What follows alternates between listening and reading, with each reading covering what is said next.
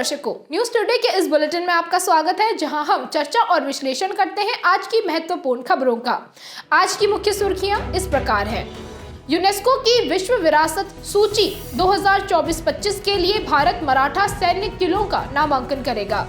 परीक्षा पे चर्चा 2024 कार्यक्रम के दौरान प्रधानमंत्री ने छात्रों को अत्यधिक स्क्रीन टाइम की आदत के प्रति सचेत किया।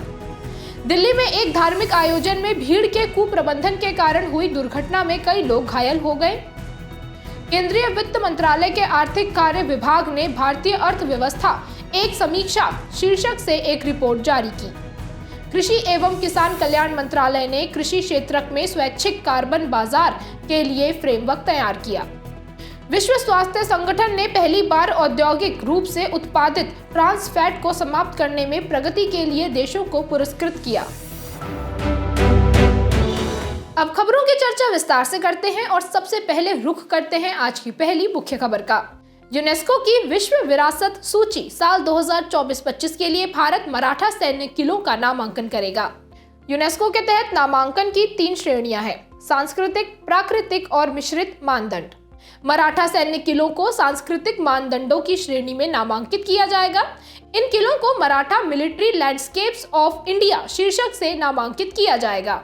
ये मराठा सैन्य किले 17वीं और 19वीं शताब्दी के बीच विकसित किए गए थे। विश्व विरासत सूची में शामिल होने के लिए किसी स्थल को चयन के 10 मानदंडों में से किसी एक को पूर्ण करना होता है। मराठा सैन्य किले 2021 से विश्व विरासत स्थलों की अस्थायी सूची में शामिल है। ये किले मराठा शासकों द्वारा निर्मित असाधारण किलेबंदी और सैन्य प्रणाली को प्रदर्शित करते हैं। इस नामांकन सूची में शामिल 12 किले महाराष्ट्र और तमिलनाडु में अवस्थित है। तमिलनाडु में स्थित जिंजी किले को छोड़कर सभी किले महाराष्ट्र में स्थित है। इन किलों को 12 भागों में बांटा गया है, जैसे कि पहाड़ी किले। इनके अंदर सलहेर, शिवनेरी, लोहगढ़, रायगढ़, राजगढ़ और जिंजी आते हैं। पहाड़ी वन किले वाले भाग में प्रतापगढ़ को रखा गया है। वहीं पहाड़ी पठार किले वाली श्रेणी में पन्हाला शामिल है। तटीय किले का उदाहरण है विजयदुर्ग और द्वीपीय किले में खंडेरी, सुवर्णदुर्ग और सिंधुदुर्ग जैसे किले शामिल किए गए हैं। अब बात करते हैं कुछ प्रमुख किलों के बारे में। पहला है रायगढ़। छत्रपति शिवाजी महाराज का राज्याभिषेक इसी किले में किया गया था। शिवाजी महाराज ने 1674 में यहीं अपनी राजधानी बनाई थी। दूसरा शिवनेरी। शिवाजी का जन्म इसी किले में हुआ था, हालांकि उन्होंने कभी भी इस किले पर शासन नहीं किया था।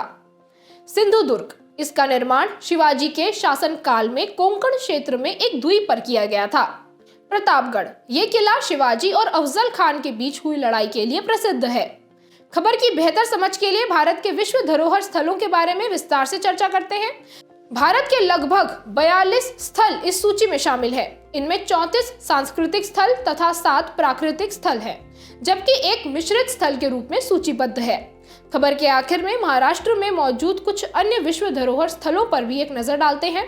सांस्कृतिक श्रेणी में शामिल हैं अजंता गुफाएं, एलोरा गुफाएं, एलिफेंटा गुफाएं, छत्रपति शिवाजी महाराज टर्मिनस, मुंबई की विक्टोरियन गॉथिक और आर्ट डेको एंसेम्बल।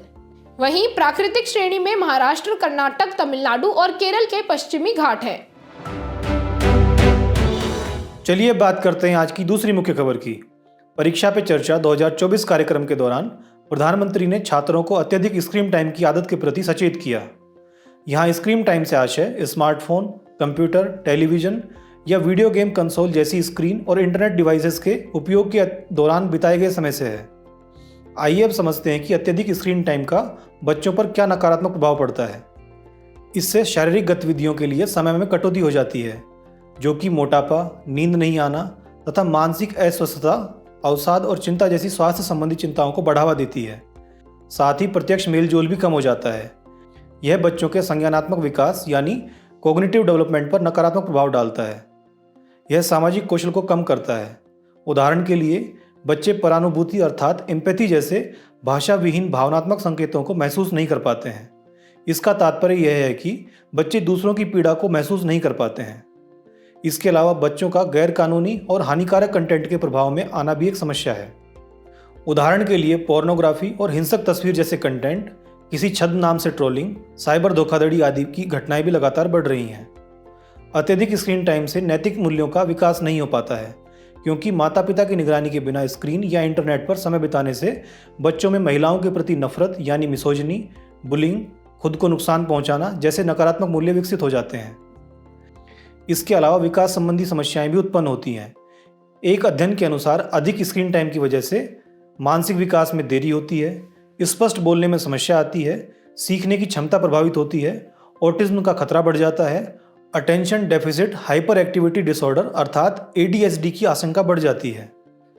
इसके साथ अब जानते हैं कि कम स्क्रीन टाइम के सकारात्मक प्रभाव क्या क्या हैं। इससे बच्चों की लर्निंग की क्षमता में सुधार होता है।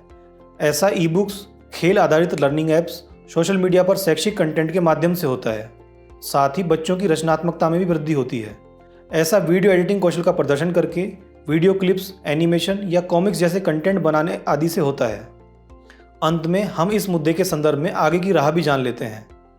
छोटे बच्चों के लिए विश्व स्वास्थ्य संगठन अर्थात WHO ने सलाह दी है कि 2 वर्ष से कम उम्र के बच्चों को स्क्रीन पर समय न बिताने दिया जाना चाहिए तथा 2 से 4 वर्ष की आयु के बच्चों को दिन में 1 घंटे से अधिक समय स्क्रीन पर नहीं बिताने दिया जाना चाहिए।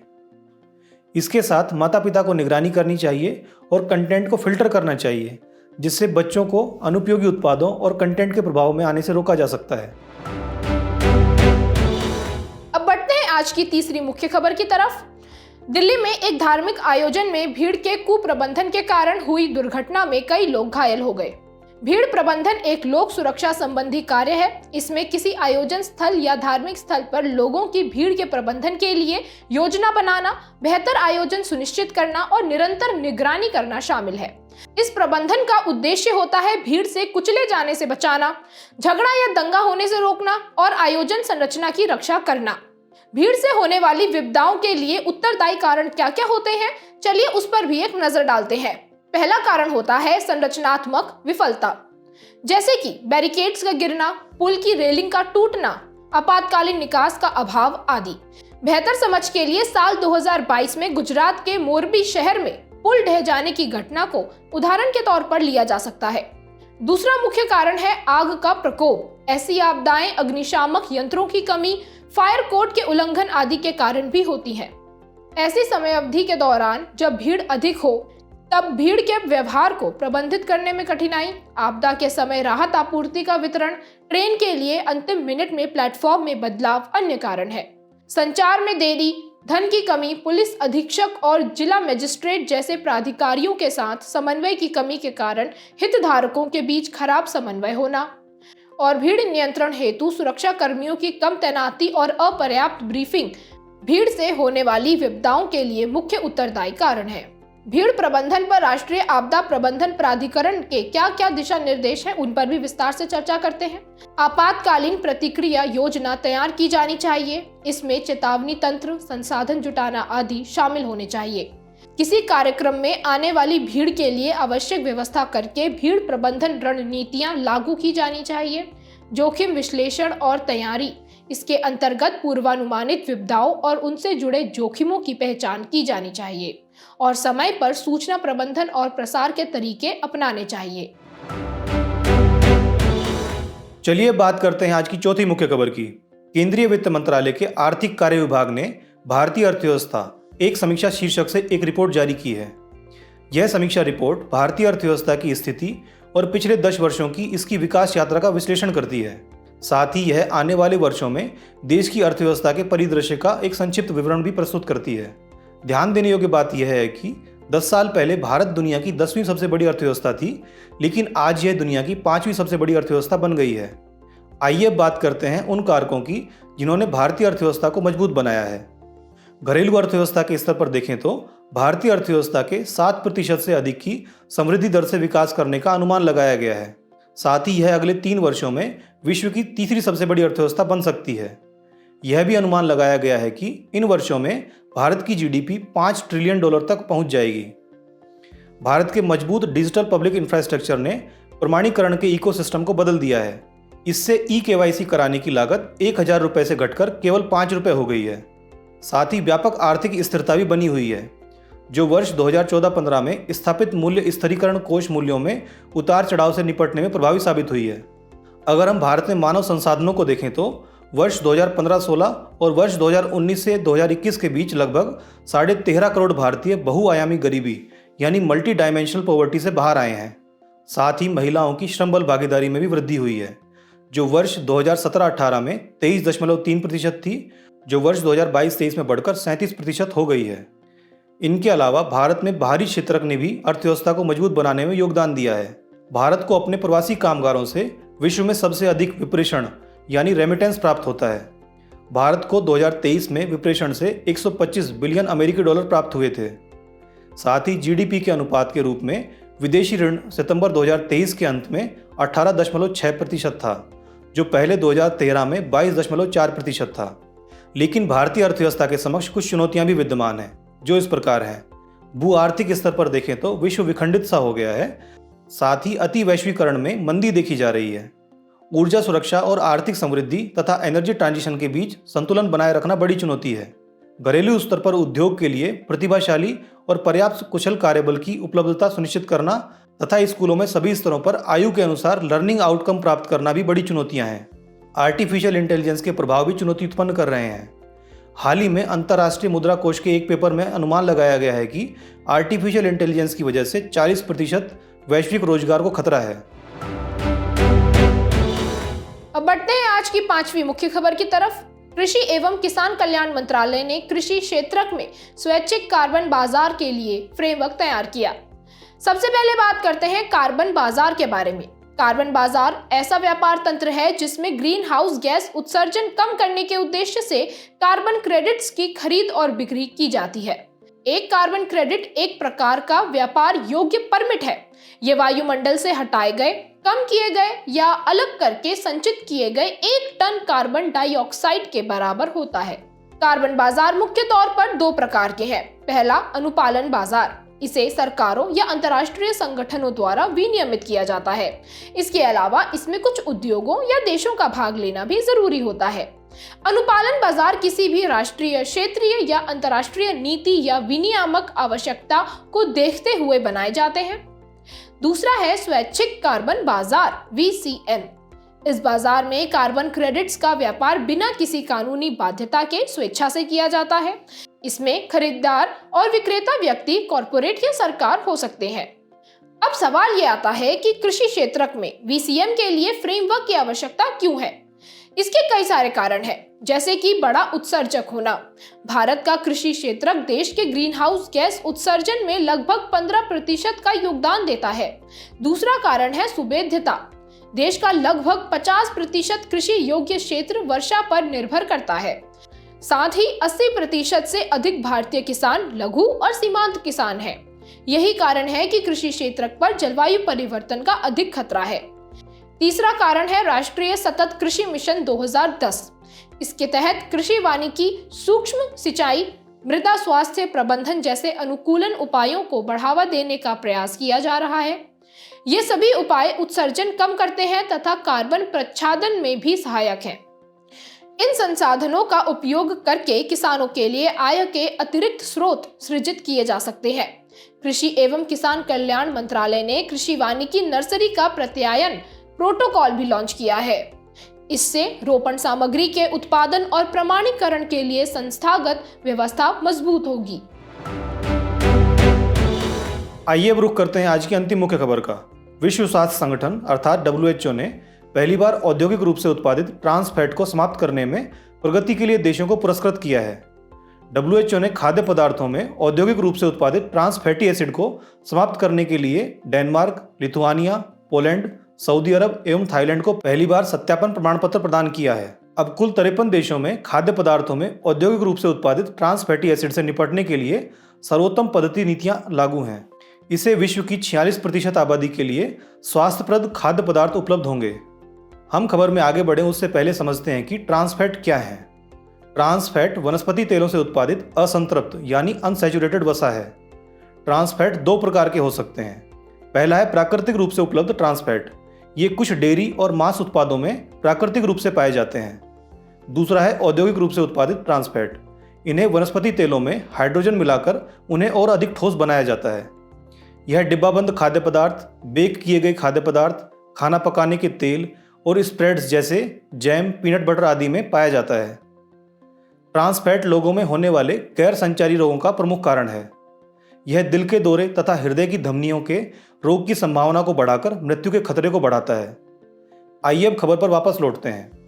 औद्योगिक रूप से उत्पादित ट्रांस फैटी एसिड के उन्मूलन के लिए मान्यता प्राप्त करने हेतु आवेदक देश को दर्शाना चाहिए कि देश में खाद्य पदार्थों में इनके उन्मूलन के लिए सर्वोत्तम पद्धति नीति अपनाई गई है तथा देश में इस नीति को लागू करने और इस पर पर्याप्त निगरानी रखने की पर्याप्त प्रणालियां मौजूद हैं। औद्योगिक रूप से उत्पादित ट्रांस फैटी एसिड उन्मूलन के लिए सर्वोत्तम पद्धति नीतियों हेतु WHO द्वारा निर्धारित मानदंडों की बात की जाए तो वे इस प्रकार हैं। राष्ट्रीय स्तर पर सभी खाद्य पदार्थों में प्रति 100 ग्राम फैट में इनकी अधिकतम मात्रा 2 ग्राम तक होनी चाहिए। सभी खाद्य पदार्थों में एक घटक के रूप में आंशिक रूप से हाइड्रोजनीकृत तेलों के उपयोग या उत्पादन पर अनिवार्य राष्ट्रीय प्रतिबंध हो, क्योंकि हाइड्रोजनीकृत तेल ट्रांस फैट के मुख्य स्रोत हैं। साथ ही हाइड्रोजनीकृत तेलों पर प्रतिबंध और औद्योगिक रूप से उत्पादित ट्रांस फैटी एसिड की 2% सीमा का संयुक्त रूप से कार्यान्वयन होना चाहिए। खबर के अंत में हम चर्चा कर लेते हैं कि ट्रांस फैटी एसिड को विनियमित करने के लिए क्या कदम उठाए गए हैं। भारत के संदर्भ में देखें तो भारतीय खाद्य संरक्षा और मानक प्राधिकरण यानी FSSAI ने ईट राइट इंडिया अभियान शुरू किया है। FSSAI ने पैकेजिंग पर न्यूट्रिशन लेबल पर ट्रांस फैटी एसिड की मात्रा घोषित करना अनिवार्य कर दिया है। वहीं वैश्विक स्तर पर WHO ने विश्व को ट्रांस फैट मुक्त बनाने के लिए रिप्लेस रणनीति अपनाई है, जिसका तात्पर्य है औद्योगिक रूप से उत्पादित ट्रांस फैटी एसिड के आहार स्रोतों की समीक्षा करना, इनके स्वस्थ विकल्प को बढ़ावा देना, इनको समाप्त करने के लिए कानून बनाना, खाद्य आपूर्ति में ट्रांस फैट की मात्रा और आबादी में ट्रांस फैट की खपत में बदलाव का आकलन करना, साथ ही स्वास्थ्य पर पड़ने वाले नकारात्मक प्रभाव के बारे में जागरूकता का सृजन करना और नीतियां व विनियम लागू करना। चलिए बात करते हैं सुर्खियों में रहे व्यक्तित्व की। आज के व्यक्तित्व हैं फील्ड मार्शल कोडंडेरा मडप्पा करियप्पा, जिन्हें हम KM करियप्पा के नाम से भी जानते हैं। हाल ही में फील्ड मार्शल KM करियप्पा की 125वीं जयंती मनाई गई। उन्होंने 1949 से 1953 तक भारतीय सेना के पहले भारतीय कमांडर इन चीफ के रूप में कार्य किया था। उन्होंने अपने कार्यकाल के दौरान कई कार्यों में महत्वपूर्ण भूमिका निभाई थी, जैसे उन्होंने सैनिकों के एकीकरण और ब्रिटिश साम्राज्य की सेना को भारत की राष्ट्रीय सेना में बदला। साथ ही उन्होंने अखिल भारतीय जातीय संरचना के आधार पर ब्रिगेड ऑफ गार्ड्स और पैराशूट रेजिमेंट की स्थापना की। इन्हें 1949 में अमेरिकी राष्ट्रपति द्वारा Order of the Chief Commander of the Legion Merit प्रदान किया गया था। द्वितीय विश्व युद्ध में उनकी भूमिका के लिए उन्हें Order of the British Empire पुरस्कार भी दिया गया था। हम KM करियप्पा जी से साहस, करुणा एवं सत्यनिष्ठा जैसे गुण सीख सकते हैं। बुलेटिन के आखिर में अब बात करते हैं आज की संक्षिप्त सुर्खियों की। भारत के मुख्य न्यायाधीश की अध्यक्षता वाली एक समिति ने 56 वकीलों और एडवोकेट ऑन रिकॉर्ड को वरिष्ठ अधिवक्ता के रूप में नामित किया है। इनमें 11 महिलाएं भी शामिल हैं। हाल ही में लगभग 2 दशकों के बाद राष्ट्रीय चंबल अभयारण्य में इंडियन ग्रे वुल्फ को देखे जाने की पुष्टि की गई है। इस संरक्षित क्षेत्र का विस्तार 3 राज्यों में है। इन राज्यों में राजस्थान, मध्य प्रदेश और उत्तर प्रदेश शामिल है। सरिस्का टाइगर रिजर्व से एक बाघ भटककर हरियाणा के एक गांव में घुस गया। यह राजस्थान के अलवर जिले में अरावली पहाड़ियों में अवस्थित है। इसे 1955 में वन्य जीव अभयारण्य और 1979 में राष्ट्रीय उद्यान अधिसूचित किया गया। फोटोनिक क्रिस्टल ऑप्टिकल नैनोस्ट्रक्चर्स होते हैं। इनमें अपवर्तनांक यानी रिफ्रैक्टिव इंडेक्स समय समय पर बदलता रहता है। अपवर्तनांक एक माध्यम से दूसरे माध्यम में गमन करने पर प्रकाश की किरण के मुड़ने की माप है। गोवा स्थित राष्ट्रीय समुद्र विज्ञान संस्थान ने सी-बॉट नामक एक स्वायत्त अंडर वाटर व्हीकल लॉन्च किया है। सी-बॉट उन्नत सुविधाओं वाला एक रोबोट है। इसका उपयोग प्रवाल भित्तियों की निगरानी बढ़ाने के लिए किया जाएगा।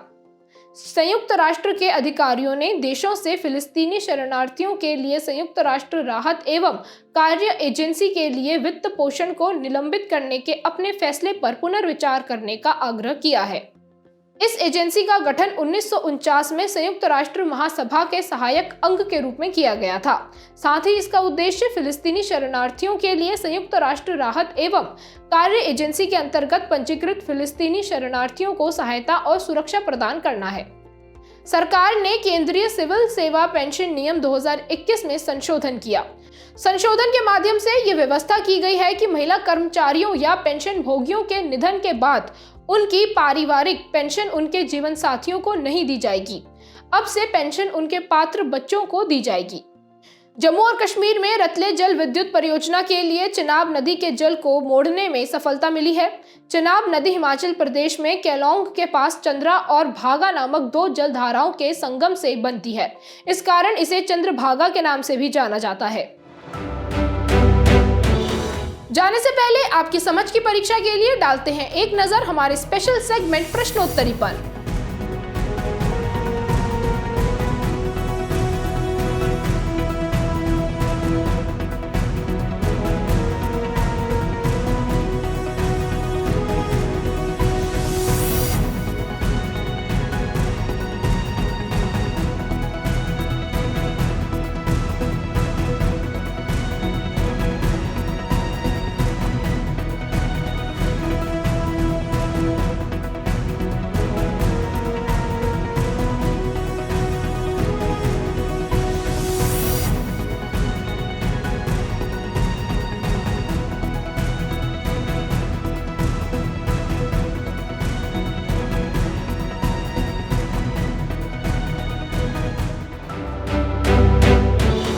हमसे जुड़ने के लिए आपका धन्यवाद। उम्मीद है न्यूज़ टुडे का ये बुलेटिन आपको पसंद आया होगा।